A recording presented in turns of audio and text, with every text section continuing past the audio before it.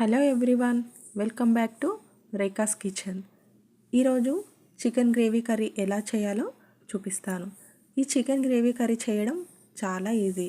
ప్రతి ఒక్కరూ దీనిని ఈజీగా చేసేసుకోవచ్చు. ఈ చికెన్ గ్రేవీ కర్రీ అన్నంలోకి చపాతీలోకి చాలా బాగుంటుంది. మీరు ట్రై చేయండి. ఈ చికెన్ గ్రేవీ కర్రీకి ఎలాంటి మసాలాలు యూజ్ చేయాల్సిన అవసరం లేదు. ఇంట్లో ఉన్న వాటితోనే ఈజీగా చేసేసుకోవచ్చు. ఈ చికెన్ గ్రేవీ కర్రీ చేయడం ఎలానో మీకు చూపిస్తాను. ఇలా చేసిన చికెన్ గ్రేవీ కర్రీ ఎంతో టేస్టీగా ఉంటుంది. చూడండి, చూస్తేనే తెలిసిపోతుంది మనకి. గ్రేవీతో చాలా టేస్టీగా ఉంటుంది. చికెన్ గ్రేవీ కర్రీ ఎలా చేద్దామో చూద్దాం. ముందుగా 4 పెద్ద సైజ్ ఆనియన్స్ కట్ చేసి పక్కన పెట్టుకోవాలి. ఒక టమాటోని, కొంచెం కొత్తిమీరని, కొంచెం పుదీనాని కట్ చేసి రెడీగా పక్కన పెట్టుకోవాలి.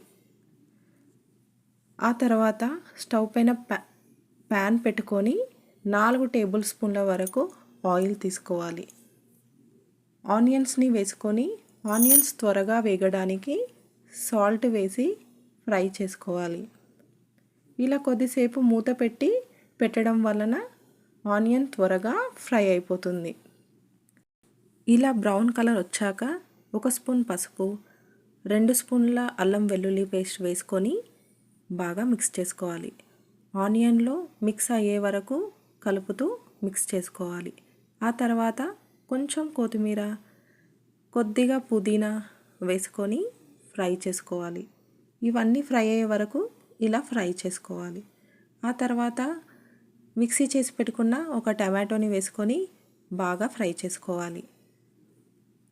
ఇప్పుడు 1 కేజీ చికెన్ తీసుకొని ఇలా నీట్గా కడిగి పక్కన పెట్టుకోవాలి. కేజీ చికెన్తో పాటు నేను 4 లెగ్ పీస్ కూడా తీసుకున్నానండి. ఆ లెగ్ పీస్ని ఇలా ఘాట్లు పెట్టి పక్కన పెట్టుకోవాలి. ఈ చికెన్ని ఆనియన్లో వేసి బాగా కలిసేటట్టు కలుపుకోవాలి. చూడండి, ఇలా మొత్తం కలిసేలాగా కలుపుకోవాలి. ఇలా మొత్తం కలిపి కొద్దిసేపు మూత పెట్టి అలా పెట్టేసేయాలి. అలా 5 మినిట్స్ తర్వాత మూత తీసి చెక్ చేస్తే మనకు ఆల్మోస్ట్ సగం చికెన్ కుక్ అయిపోతుందండి. చూడండి ఎంత చక్కగా కుక్ అయిపోయిందో. మనకు ఈజీగా తెలిసిపోతుంది చికెన్ కుక్ అయిందా లేదా అని. ఇలా కుక్ అయిన చికెన్లో 3 టేబుల్ స్పూన్స్ కారం, 3 టేబుల్ స్పూన్స్ ధనియాల పొడి, 2 టేబుల్ స్పూన్ల సాల్ట్ వేసుకొని అలాగే కొత్తిమీర పుదీనాని కూడా వేసుకొని బాగా మిక్స్ చేసుకోవాలి. చూడండి, ముందు కట్ చేసి పెట్టుకున్న కొత్తిమీర కొంచెం వదిలేసాం కదా, ఆ కొత్తిమీర పుదీనా మొత్తం ఇప్పుడు యాడ్ చేసేసాను. ఇలా చేసి బాగా కలపాలి. ఇలా కలిపిన 5 మినిట్స్ తర్వాత చికెన్ కర్రీ రెడీ అయిపోతుంది. చూసారు కదండి ఎలా కుక్ అవుతుందో. చూడండి, ఇలా చికెన్ కర్రీ రెడీ అయిపోయింది.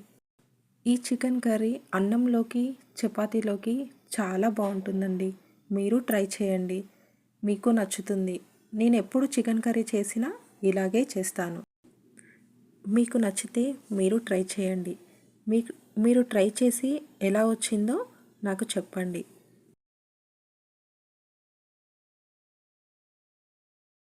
చూస్తుంటేనే తెలిసిపోతుంది మనకు ఎంత టేస్టీగా ఉంది అని. ఇలా చేసుకున్న చికెన్ని అందరూ ఇష్టంగా తింటారండి.